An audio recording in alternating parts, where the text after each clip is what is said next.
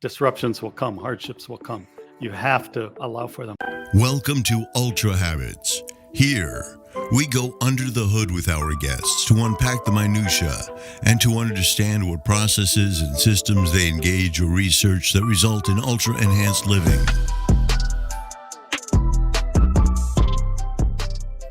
David, we are live with another Ultra Habits show, and we are super grateful to have you on. We're going to be talking about hardships, and we're going to be talking about your experience gained through that whole piece, the difficulty within obviously the cruise industry, and your learnings, not only from then, but from your whole business journey. So again, I just wanted to welcome you to the Ultra Habits show. RJ, what a pleasure to join you. As I told you before, I'm so taken with your approach of Ultra Habits and your commitment to help, let's say, the corporate athlete and others who are beginning as corporate athletes, really develop the mindset, the practices, and the capabilities to go the long course. Yeah, and I have to say, I just want to start off with a little anecdotal story that occurred the other day within my business here at Cora. So I had never really experienced anything cruise related, cruise industry, and we hired a new girl, and we were doing the introductions at the toolbox, and my CEO asked her, he goes, "Can you let us know something a bit weird and unusual about yourself that we would know?" And she says, and this is literally 2 days ago, she goes, "I'm obsessed with the cruise industry." And we were like, "Well, why?" She goes, "Because I'm obsessed with how a city floating on water operates." Man. And we're in logistics, we're in supply chain, right? So she goes, just from a supply chain and logistics perspective, the complexity of actually a moving city. And then obviously I had to add my 2 cents. I was like, "Yeah, I heard the morgue is pretty like a real kind of pumping." It's a real thing, right? Like and the brig, ships, right? Like, yeah, like there's a real, and you actually talk about it in your book, like there's a real issue of death and sickness, and you've got an older population anyway. So that's kind of my story, and I found the timing of it really, really interesting because it was literally 2 days ago. So before I kick into your journey, one of the things that really struck me when I got into your book was your poem. It was quite profound in, like I was looking for a copy on the internet because I wanted to read it out, but I couldn't find anything. But I was just hoping you could explain to the audience, "The Ship of My Soul," what inspired you to write that poem? Where did it come from, David? It was the outcome of what I called a perfect storm, a convergence of very difficult events in a short period of time. And as I'm an athlete, and as being in motion and outside is one of the great cures and tonics for the quality of my life, I was on a run on a sunny, chilly afternoon reflecting, and this poem went through my head in a stream. It hit me so hard that it was unforgettable. Then, end of my run, I came home, I wrote it down. It was that simple. It just came straight through. Now, what occurred was I suffered a good deal of loss, personal loss of loved ones close in. My father, who was my best friend and a business partner for many years earlier in my life, and a huge inspiration for me, passed way too early and very unexpectedly. My stepmother of 30 years, just 6 weeks before him. And my natural mother, just 2 months after that. My grandmother in between all of that. I'm the oldest male in the family. So not only did I have to deal with my personal impact of all that, being at the bedside, making decisions about end of life, watching, and being there to ensure no one was alone in that moment. It was, even now as I speak about it, it touches you deeply in your soul. It impacts your life. So that combination of events, my son leaving for college at the same time, that's a loss, a big loss. It happens so fast. I say to all parents, you will not believe how fast in a busy life and career that time goes by. and suddenly your kids are adults and individuals and off to college. So all of that informed, the words of that poem. And it's a hopeful poem because at the end of it, I express my ship becomes the sea. In other words, I became one with the storm, and I set course for new horizons once beyond my imagining, which means it's a growth experience.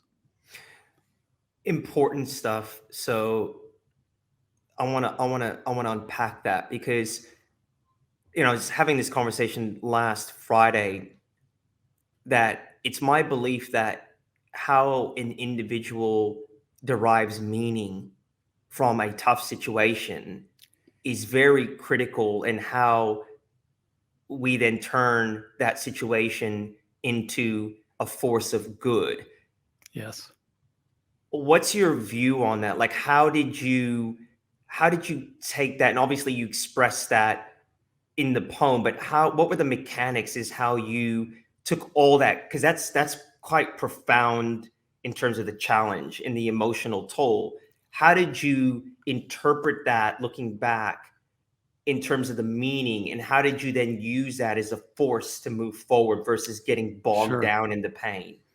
This occurred at the same time that I was a very senior executive in a multi-billion-dollar enterprise.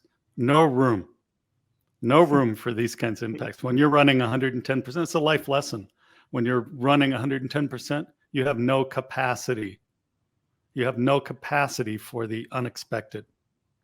So you need to learn how to build that capacity into your operating model because it's going to come. Disruptions will come. Hardships will come. You have to allow for them. That's one. The other thing is I determined in the midst of it, as painful and difficult as it was, that I will come through the other side of this, A. B, I will come through it healthier and stronger. So, I want to be in a position that my journey can inspire those around me. It can support those around me. It can be an example for those around me. One day I will pass. What is the example that I will make for my kids, my spouse, and others as to this end of life? That the reality that life changes, that it's the ultimate disruption, of course, is that we have that we have an expired time. We don't know what it is, when it is, but it's there. So that guided me in terms of looking out for my health. I didn't let my commitment to staying in motion and exercising and nutrition and reflection and journaling fall by the wayside. In fact, I intensified those things. And I had to draw some hard lines in the sand on the professional side in order to reclaim some space for me to get through. And I found that many people understood, with that and were supportive of that. Some were not, in a big corporate environment. The drive to those quarterly earnings, and those meetings, et cetera. Sometimes not everyone has room. Yeah, that's I'm really sorry for you. And let's get back to work. And you quickly discern the different types of people, the different levels of empathy, that exist out there. And, that's the way it is, and you adjust for it. But I found that where there was support available and I leaned on it, I didn't pursue false support that wasn't there. And I really took responsibility for my own health and generation and regeneration through it. See, reflecting back on that, your capacity to take what was a traumatic culmination of events and then determine you were going to become stronger through the other end. What do you think developed? What were the hallmarks that developed that quality to be able to reframe it that way? Like, were you born that way, David, or was this the curation of good parenting or life experience? Like, yeah, a little bit of each. And I believe I can answer that for you. Yeah. I was born, I like to say I was born into disruption, single parent family. My father, very young man, my sister and I, he took on the challenge of raising the two. He was 21 years old when I was born. He was 19 when my sister was born. An entrepreneur, didn't finish college, worked, he just worked so hard, and he had such a commitment to family. And we went through a lot. We went through a lot as a little unit of the three of us. We called ourselves the Three Musketeers, navigating life as an unusual unit. My father was incredibly busy. I was born in Alaska. He came to Alaska working on the Trans-Alaska Highway, built construction work. He found a job in the airline business, baggage handler, then a ticket clerk at the counter, a little airline that became Alaska Airlines. And he became one of the top senior executives in that airline. And that happened through force of will, hard work, commitment, huge creativity. He was brilliantly creative person. Now, the energy around all that was phenomenal. The setbacks, the changes, I was raised probably by a multitude of people who worked at the airline. My sister and I'd be dropped off behind the ticket counter, or we'd hang out in the hangar while our dad worked, or we'd be sent far away to Panama and other places where relatives were. And so I constantly had to adapt and readjust to change circumstances that I wasn't always happy about. But I had to find my way to find peace with the way things were. I didn't get nearly as much of my dad's time as I wanted as a kid, or probably needed, But I think that there was a resilience and an adaptability built into my early experience as a child. And then we built a family business, quite a sizable family business that was full of entrepreneurial challenge, and learned further adaptability and resilience through that. We built this company. We sold it to a very large enterprise, and the deal fell apart, and we lost 15 years of amazingly hard work in the process. It's a long story, a lot of lessons in it, but all of that stuff, layers on, layers on, layers on, and strengthens your character, your determination, your resilience as a muscle. I find that really interesting, David. First of all, I find single parent families with a man to be unique, obviously. Yes. And that's interesting as well, because there is meaningful and a good job as your father would have done. There's no feminine quality there, which can be interesting. And obviously there's going to be some repercussions there, obviously, where you may not have that soft landing. That's insightful of you. Right. Yeah. Right. You don't have that soft landing as you do when you have a mom around. Yeah. I find also the fact that you're in the travel industry interesting. I don't know if that was by design or coincidental that your dad was in travel and you're in it. I too grew up. My mom is a lifer in the airlines as well. So great. I grew up, Qantas, Virgin Atlantic. Oh, fantastic. A whole host of. So I kind of revolved around SFO my whole childhood in the back offices there, San Francisco Airport, hanging around. I love the airports, love the energy there. I think the travel industry is chaotic, and my mom was hooked. And I'm no doubt you have your views, and I guess that will kind of move us into the next part of the conversation. So you're running massive cruise line, everything's, money's pumping, hand over fist, everybody's traveling. It's all sunshines and rainbows. And then COVID happens. Give us a view internally of what that looked like in your industry, because we know the cruise industry was ground zero. You guys kind of became the lepers, the carrier of disease, right? Like what was that like? A tough go, for sure. Well, you at the outset of our conversation, you mentioned a young lady who just joined your company. And I was going to say, keep her. She's really smart to have those observations about the cruise industry, the smart city, the logistics of it all.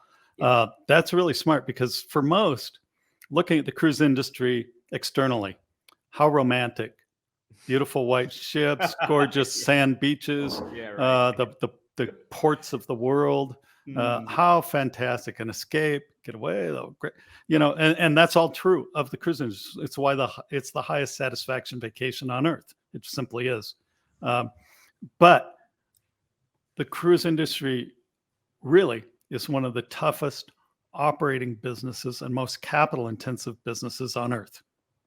24/7 remote smart cities of all shapes and sizes on all waterways in every time zone, having to operate to perfection, charged with the care of guests and crew, the environment, the communities to which which the ships call, and the enjoyment and satisfaction of all. It's a big task.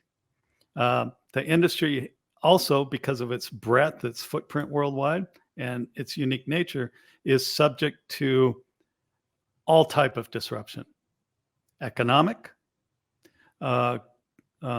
geopolitical, weather, and as we see, health-related issues. We've been through SARS, we've been through Gulf Wars, we've been through the Great Recession, on and on and on. Yet somehow this industry has managed to grow, expand, consistently innovate, consistently improve quality and value.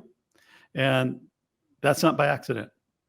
It's by learning the lessons, incorporating them, being ever more ready, ever more resilient the next time. So now along comes the biggest disruption of all, COVID.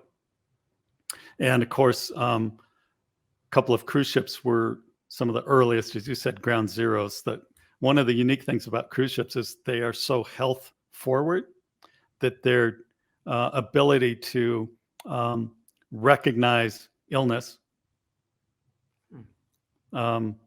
isolate, test, report, it's phenomenal. There's nowhere you're going to go as a traveler where you're going to be in as safe and as health focused an environment and safety focused as a cruise ship, modern cruise ship. And of course, today on the other side of COVID, it's even more so.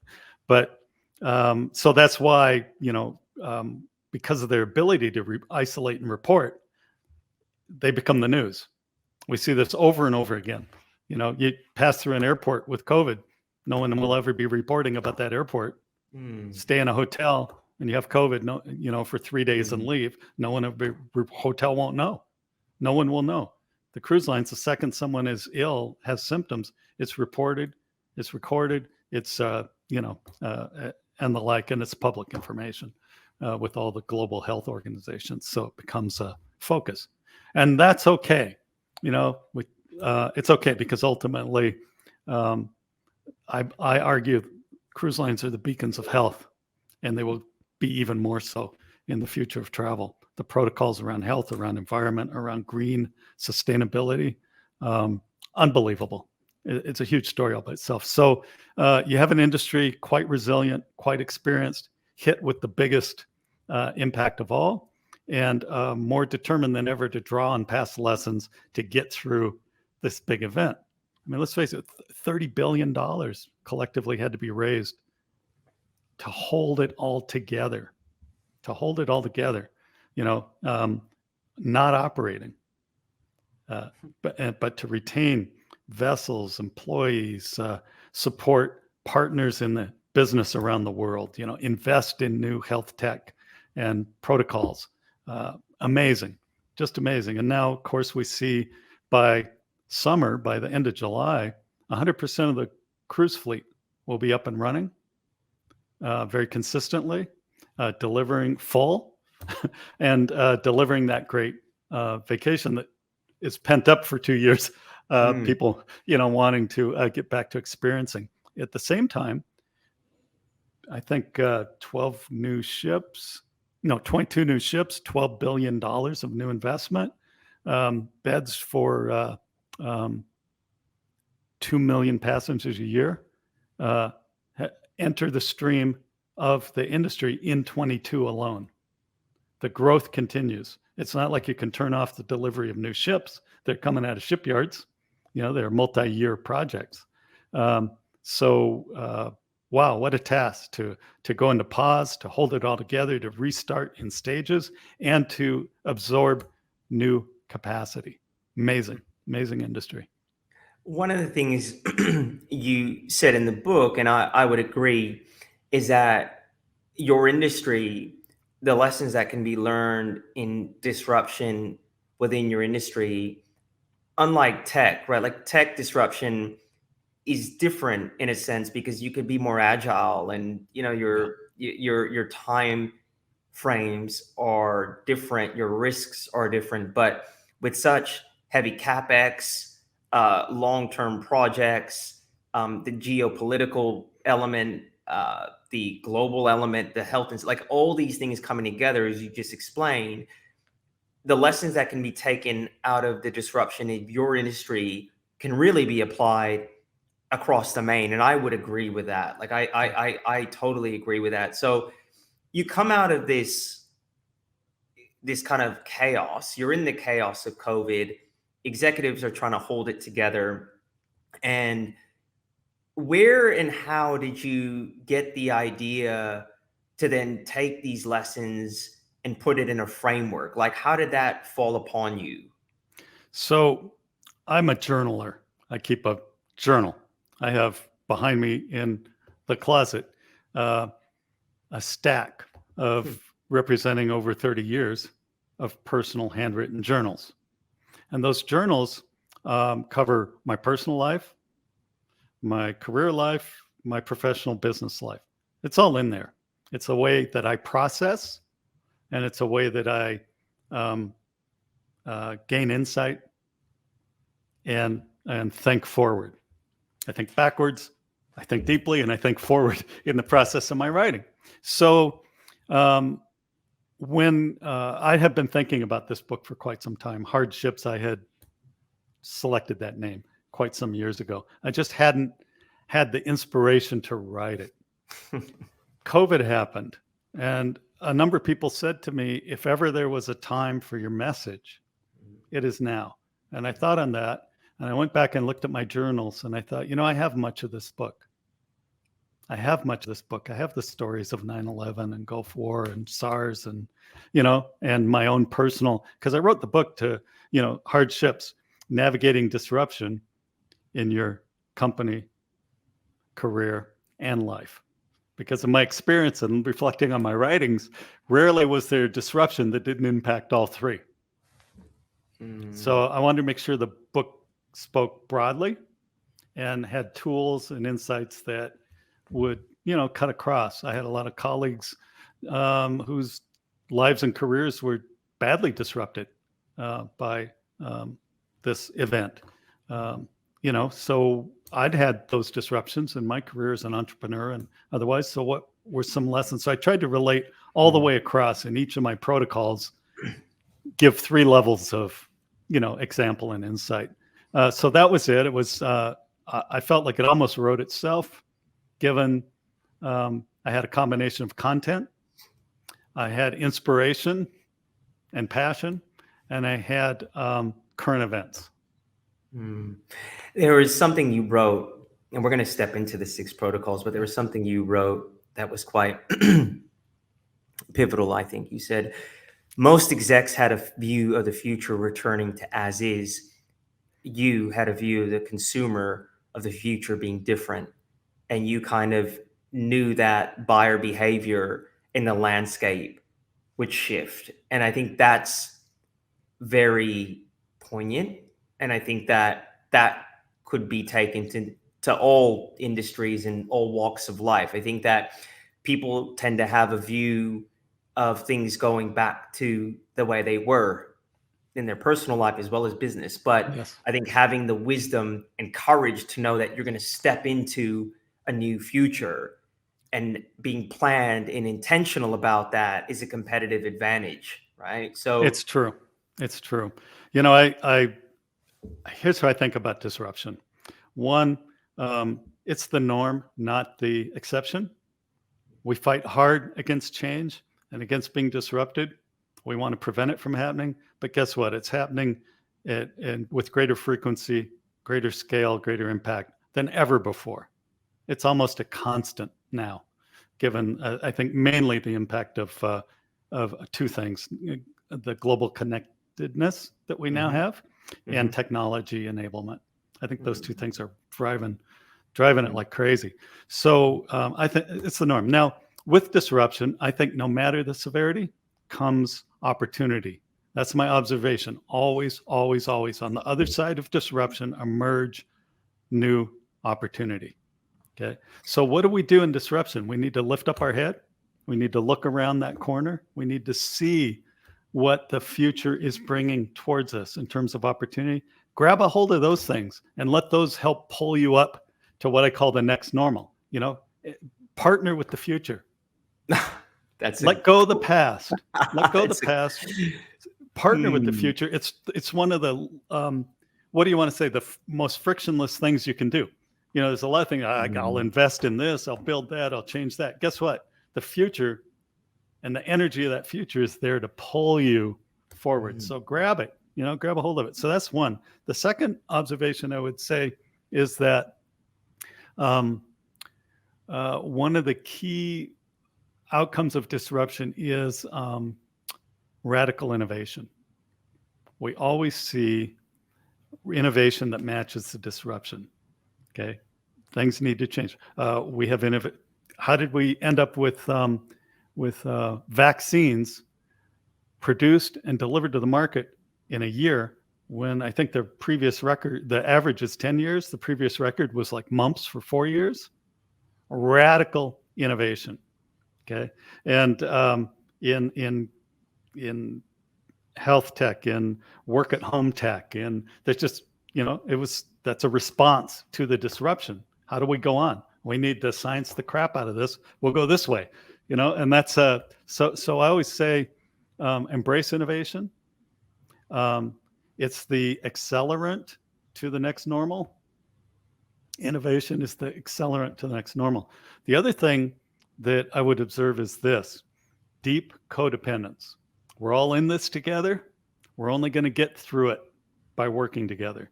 So let's recognize the importance of that codependence. Let's take down the barriers. Let's embrace, let's engage, and let's get busy together making a better tomorrow. I think when we do that, we create something that I call relationship capital. It's a form of capital every bit as valuable and tangible as financial capital. And guess what? It's more readily available often. How 1 + 1 = 3 in relationship efforts with others, whether you engage personally, whether you engage as a team, whether you engage as companies. I think we see all kinds of new partnerships, all types of new mergers, and combining of capabilities coming out of this COVID disruption. We see it in the cruise and travel business. We see it elsewhere.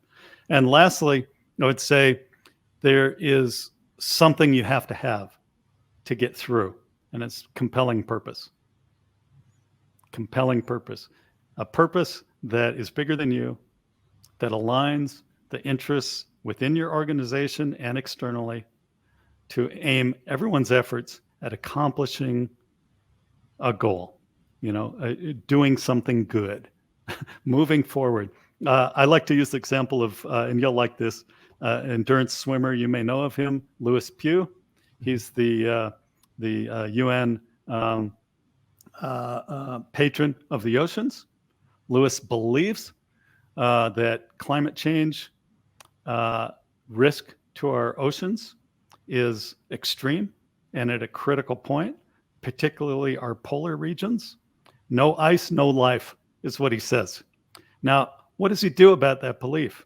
Louis undertakes the most difficult superhuman endurance swims in the oceans to call attention to this matter. He recently, about July, did the climate swim, his biggest, toughest swim yet. 6 miles across the face of the Aleutian Glacier in Greenland, 0 degrees Celsius water, tides, currents, jagged ice pieces, just superhuman, inhuman feat. Never never done, never contemplated by any human being. And he did it. Not only did it, he had to train and prepare for it. Now, what drives a person to do the superhuman, or an organization to do the superhuman, or a society to do the superhuman? It can only be compelling shared purpose. So I always tell and ask, what is your purpose? What is the purpose that aligns all these resources, all this energy, all these bright minds, all this passion? What is the purpose that aligns and enables, great feats? That's quite profound, David. There's a lot in that. I want to ask you, in terms of your initial comment around interdependence or codependence, the travel industry, particularly your industry, would have been ahead of the general globalization curve, right? Like, I would Yes. imagine you guys would be having to have managed complex relationship with foreign stakeholders quicker than the general curve, right? Yes. Regulatory, Yeah, like in the 80s, maritime yeah, laws. So in much. the 80s, 70s, 60s, like before we were really a globalized network. So I suppose you would have a lot to offer in regards to that, to the main around, well, actually, how do you do that? And the recognition of, we are an interconnected world and there are dependencies, and ensuring, like, you're crossing seas that could potentially have pirates, and like there's all that kind of stuff that's a reality, right, in terms of the industry that you're in. So I think that's interesting. Just the other thing that I think you brought up that's interesting is, do you have a view on just kind of being where you're at and having the view of the ocean over the years and the feedback? Like, do you have an opinion on kind of the oceans and the state of the ocean based on where you've been sitting for the previous years? Like, do you think it's a real issue? I do think it's a real issue. I think it's a very difficult one, because the majority of ocean pollution is coming from rivers. It's dumped into the ocean. Okay. And there are, and so it's a global problem, but it's also a somewhat isolated problem, right? And that's where different governments, countries, et cetera, comes into play, because that can either be helpful to solving the problem, or it can be a barrier to solving the problem. Right now, I'd say mostly a barrier, to the kind of aggressive action needed. So we can do all the cleanup we want. We can get as green as we want with the responsible ship operating, anybody operating on the edges of the oceans. But until we can dramatically reduce the inflow of pollution into the oceans worldwide, we're going to have a problem. So that's one perspective. It's a real problem. It's a hard one to solve, really hard one to solve. Generally, I think we can look at our history and say we don't solve things until they become life-threatening crises. And I think it'd be very unfortunate if that's what it takes to address the oceans or other, issues that we face around environment. Many of it, there's many fine examples of proactive. Every effort helps. Every effort helps. It's really critically important. Builds awareness, builds a firewall, to slow down the progress. But the solution, the ultimate solution, I think still eludes us in a way, in terms of that total cooperation that's necessary. The other thing I'd say on the global, the cruise industry, travel industry, you're right. We were a leading edge example of global connection. Just think, on a typical cruise ship, at least 21 cultures among the crew. 21 cultures living in a smart city and working together in a smart city. Different languages, different cultures, traditions, religions, etc. Food, all in a smart city. Amazing village, global village, on a cruise ship.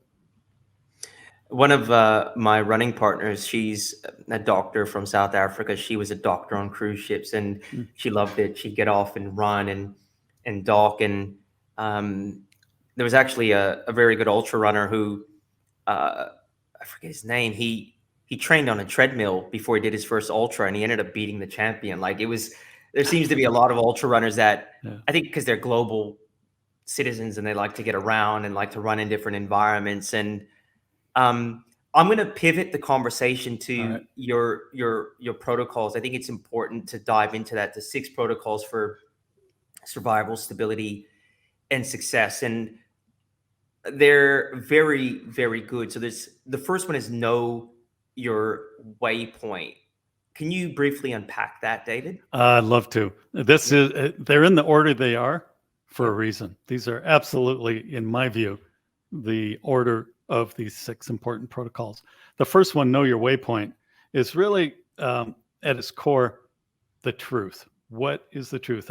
Something has changed. I've been disrupted. I don't want to be disrupted.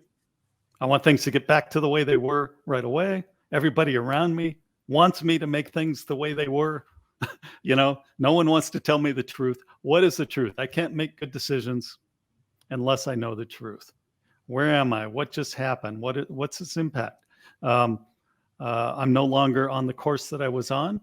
What course am I on now? Which course do I need to be on in order to get through this? Working your way through a disruption is a different course than driving from point A to point B. So, know your waypoint. Where am I now? What is the truth? What's all the bad news that I need to get out of the way at this point? So I'm dealing with it all. What type of disruption am I dealing with? Is this a sudden jolt, a rogue wave? Is this a slow leak? It's different. 9/11, sudden jolt. COVID, 2-year rollout, slow leak. My company, I worked with a stellar 135-year-old global cruise line being disrupted via slow leak through loss of relevance, clinging to traditions of the past as the very market and the competitive set was changing, losing relevance. That's a form of market disruption, slow leak. So, what is it? Where was I headed? How fast was it going? And in the book, I give a tool for, a sample for a sample navigation chart as to how to determine your waypoint. Where am I now? So True north. That's essential. And really the key word there is truth. What's the truth? Intense reality check. And I think that loss of relevance, just to speak to that, I think that's an elusive, very, very tricky one to deal with, because it's easy for individuals to keep the blinders on, the Kodak story, the Blockbuster story, right? Like, this is what we've done. We've been successful. So we move on to stay afloat. So once you know your waypoint, many would assume, now I take an action. It's time to do something, right? But in fact, I argue, take a moment and assess what resources you have or need in order to move through a disruptive event. Okay. Do you have the capital necessary? Do you have the right team at this point in time? Do you have the right tech? Do you have the right point of view? Do you have the right strategy? That's the stay afloat. Wait a minute, before we rush off to take the next action, because we're a fairly reactive community, right? We're all action oriented. We're leaders. We're hard chargers. We're doers. Okay, I've been disrupted. I know where I'm at. We're going this way. Boom. But do we have the necessary supplies? Have we really mapped out the route? It's really important. Stay afloat. So I give a number of examples there of, 8 tips to stay afloat. Preserve cash. Take promising projects and push them into the future so you don't burn up cash that you may need right now to get through this event. Can you leverage this disruption? Is there a way to use the resources I have to make a change that's going to benefit me on the other side, et cetera? So staying afloat, I think, is really important. You have to know what it's worth to you to stay afloat. Sometimes I always talk about eyes on the prize. You have to have something, see something on the other side that you can, really define and understand and commit to. And if you can't, that's meaningful enough to have you go through the hardship of navigating the event. If not, then I say find the exit. If you're involved, if you were nominally committed to something and now it's been disrupted and you're even less committed, you aren't going to make it. Sooner you find the exit, the better. Eyes on the prize or find the exit. And I guess that really leads to find your first, doesn't it? The next principle. Yeah. Protocol. So first is that what is, out of all the many things you could do, the thousands of priorities screaming at you in a crisis or in a challenge, what is the one that if you fail to take it or you screw it up is going to greatly diminish your chance of survival? Strip it away. What is the one thing? For the cruise business, you would have thought it's raise capital. We're a capital intense industry. Cash flow has stopped. Huge expenses. No, you want to know what the first was? It was determine how to restart without disruption. So in other words, the death blow would be to restart cruising and to have another shutdown of the industry. That would be, okay, so knowing how to do that is even more important than restarting with confidence. Okay, so that meant science panels, global science panels, regulatory work, testing, really developing a whole new set of operating methodologies and protocols and partnerships worldwide that would allow the industry, when it restarted, to continue operation. Okay, so that was a first. Now, every industry has a different scenario, but for cruising to get shut down again would be the death blow, in my view. That would have been, get up and running for 3 or 6 months and then a global shutdown. That's the end. It would be very hard to recover from that. Hard enough to recover from the first one. So that was smart. Let's really realize what's essential here. And for the industry, it was that raising money, big publicly traded companies, huge valuable assets. They were able, obviously, to find their way through that. Weren't happy about it. Take them years to chew down that debt, but at least they're back in operation and have an opportunity to do that. So first is that one. The other thing I would tell people is often we'll think through several scenarios for coming out of for dealing with a problem or a challenge. Scenario A, well, it could look like this. B looks like that. C looks like that. Got to choose the best one. What is common to those scenarios? What are the common elements to those scenarios? That gives you a pretty good clue of your first. What's that one thing that if I don't get it right, or if it isn't square in the middle of my strategy target, I'll have a hard time recovering. It would have been very easy. And if you would have had a cowboy player within your industry go out and try to recapture market without the right safety protocols and measures, could have really destroyed it for everyone, right? Yeah, for everyone. Because the thing is, you have to collectively collaborate and determine, no, we as an industry need to make sure that the market has confidence. We have the right safety regulatory protocols in play. If you had one cowboy go out there and decide to recapture the market with, the bare minimums, and then someone got sick, bam, it's screwing it up for everyone. Yeah. So that's really interesting, because that would have shown collaboration necessary at mass. So we move into the next principle. So you found your first, and now it's about getting flexible. Yeah. What's that mean? Well, things have changed. So should you. So, right. So in the movies, it might be possible to go back to the future, not in real life. Okay. And often there's there's an urge to apply solutions of the past to problems of the future. That's not going to work. And I give a lot of, examples about that, and I believe firmly in that. You've got to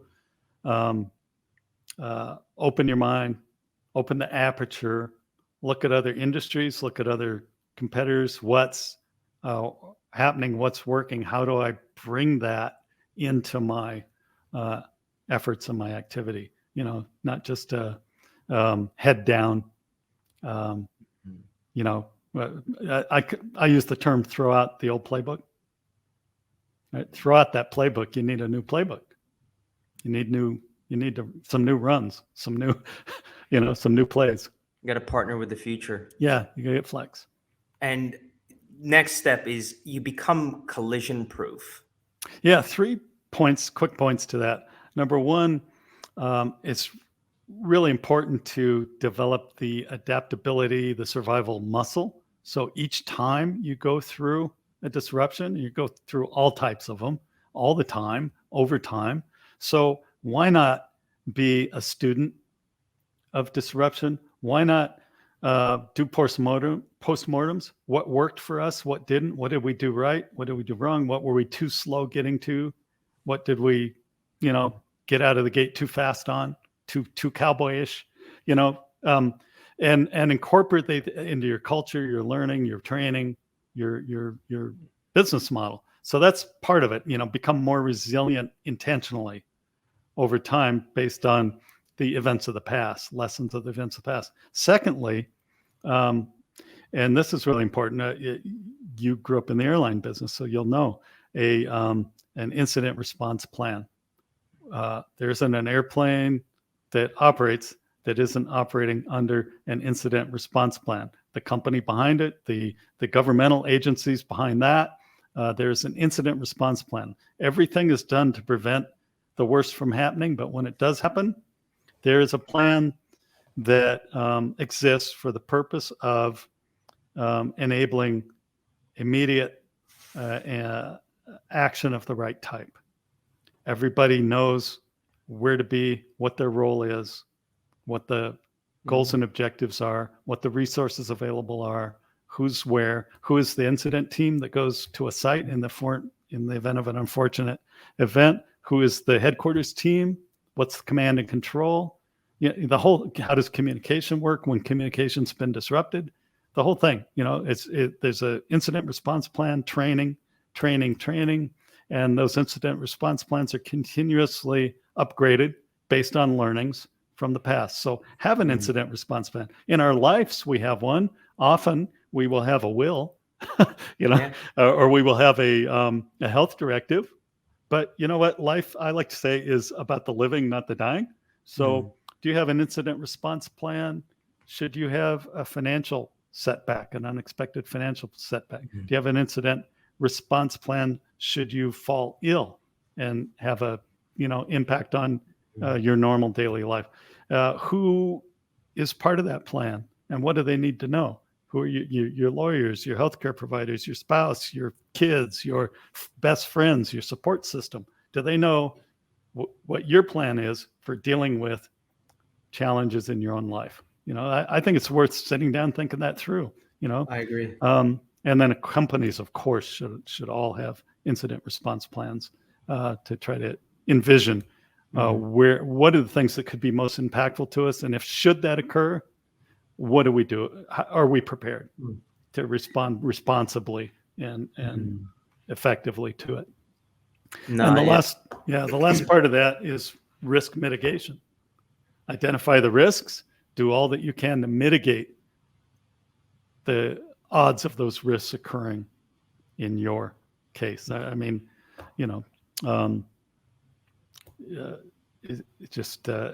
an obvious. I argue that each time there's a disruption, new risks emerge out on the horizon, and it's time to update the risk mitigation plan. So COVID, we look to the future now with COVID on the radar screen, or global pandemics. We got a whole new set of risks, operating risks, financial risks to mitigate against personally and in our careers and in our businesses. Yeah, it's interesting. I was talking to a friend last week who's written a book called Rogue Waves. You'll appreciate that. And it's all about leveraging risk. Jonathan Brill, how to actually leverage chaos. I love the title. Yeah, I thought you would. Yeah. And interestingly enough, I was supposed to be, the conversations got rescheduled for next week. My next guest is going to be an ex-commander of the Coast Guard, Sandy. So it seems to be this kind of theme Nautical theme going. Yeah, it's a nautical Maritime. theme. Maritime. Yeah, for sure. Yeah. So this all culminates in the sixth protocol, which is protect your value, which I suppose is quite obvious. But can you, in your terms, kind of walk us through what that means? Sure. When the world around you is in reactive mode to an event, war, economic calamity, health calamity, whatever it is, people can do really dumb reactive things. Drop their prices, cut quality, cut corners, and undermine long-term value. The perspective of in the marketplace of your company's value is critical to your long-term success. So we learned early on in the cruise industry, well, it's possible to drop price dramatically and speed up the flow of people back to the ships after a disruption. That doesn't work well for some types of cruise lines. The big ship cruise lines who are able to make a lot of revenue off the casino, off the bars, off the alternative restaurants, et cetera, that's a big enough part of their revenues that lowering price to keep the volume aboard the ships is really important. But if you're a higher end cruise line and many of those things are included in your basic price and you don't have those added charges to rely on, now you got to be really careful about reducing your price, because the reason people pay more for your product is because of their perceived value of your higher service level, your higher quality, your better accommodations. The minute you devalue that, it takes years to rebuild that value perception. You may solve a problem in the short term, but actually you're better to accept lower occupancy, and a few other things in order to preserve your value, so that when the market recovers, you're starting where you left off. You're not starting in a deep hole that you created for yourself. It's like you're competing with your future self when you do that. And I think, protect your value. So it might be in pricing, but it might be in quality. It might be in consistency and how you show up as a person and as a professional.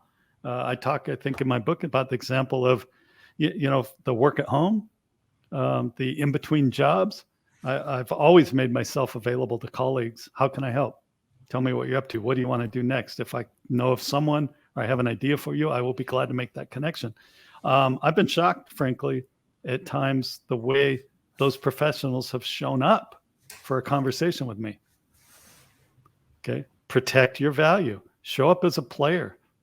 Show up as someone who's been thinking about current events, who is prepared to jump in the moment opportunity is available and to make a new contribution. Someone who's been adding to their value through taking courses or gaining new experiences during the in-between. Protect your value. Don't tell me how bad it's been, how frustrated you are, the 50 interviews that didn't go right. You're in your pajamas almost. That's a bad look. And it doesn't inspire me to say, this is a person I want to recommend to someone I value highly, So protect your value at the personal level, at the business level, et cetera. This has been a brilliant conversation, David. Such wisdom. I could really talk to you forever, but I do appreciate you, and I appreciate the time. As we close this out, where can our audience learn more about your book? The book's available on Amazon, in Kindle, audio, softcover, hardcover. Hardships, 2 words. Have a simple URL, gethardships.com. It'll take you straight to the Amazon landing page. davidgiersdorf.com is another place you can learn about the book, learn about me. I post articles there as well. And if you're on LinkedIn as a business environment, David Giersdorf LinkedIn is a ready place to follow and connect with me. And I'm happy to respond and connect as well. So yeah, there's that. And the last thing I would just leave people with, be a beacon. Be a beacon. In hard times, our normal beacons are not always visible to us. The lighthouse, the buoy, the North Star isn't always. There's times when you have to be the beacon. Your character, your courage, your mindset, your leadership is the beacon for yourself and for others. And you know what? If you encourage others and help others to become beacons themselves, you got a brighter combined light to shine on any problem. So I always, going through a disruption or a challenge, I always try to think about, how's my beacon? How bright is my beacon shining, right? And what am I doing to help others shine so that we can shed more light on this together? So final comment. And so great to be with you. Thank you so much. Thank you so much, David. All right. Take care, Raj.